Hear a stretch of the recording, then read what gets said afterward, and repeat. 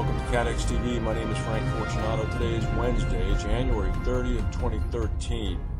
Arthur J. Gallagher has announced that they are cutting 400 jobs, mainly mid-level jobs.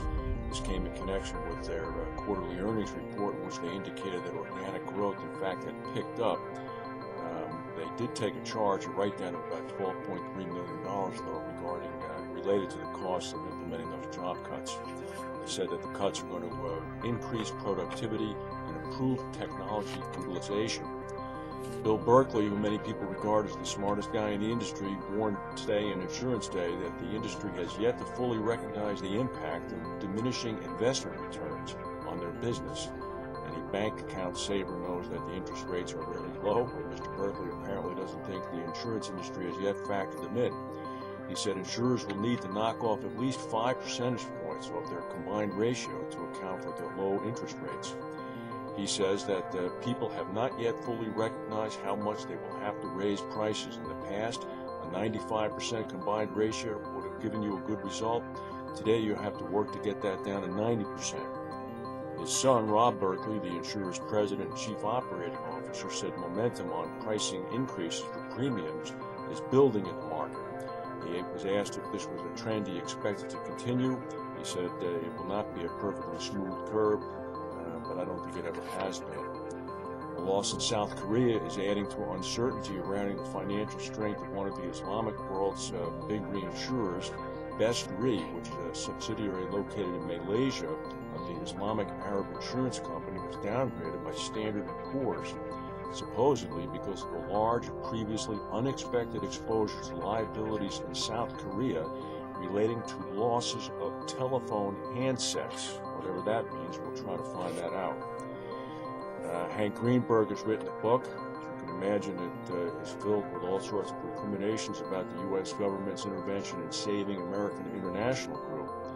The book, called The AIG Story, in which he writes in the third person, he said that the company was saved only by the loyalty and tenacity of its valiant employees.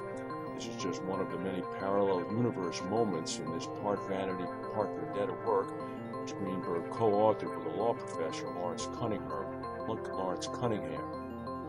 In an earlier affront to taxpayers last month, Greenberg sued the U.S. government, seeking $25 billion based on allegations that the government, among other things, illegally seized stock from him. One of the other observations that he made of former New York State Attorney General Eliot Spitzer was that he was a preening scion of outsized ambition. He said that the government refused to listen to the pioneering and independent views of the AIG Board of Directors. I'll tell you, talk about alternative reality.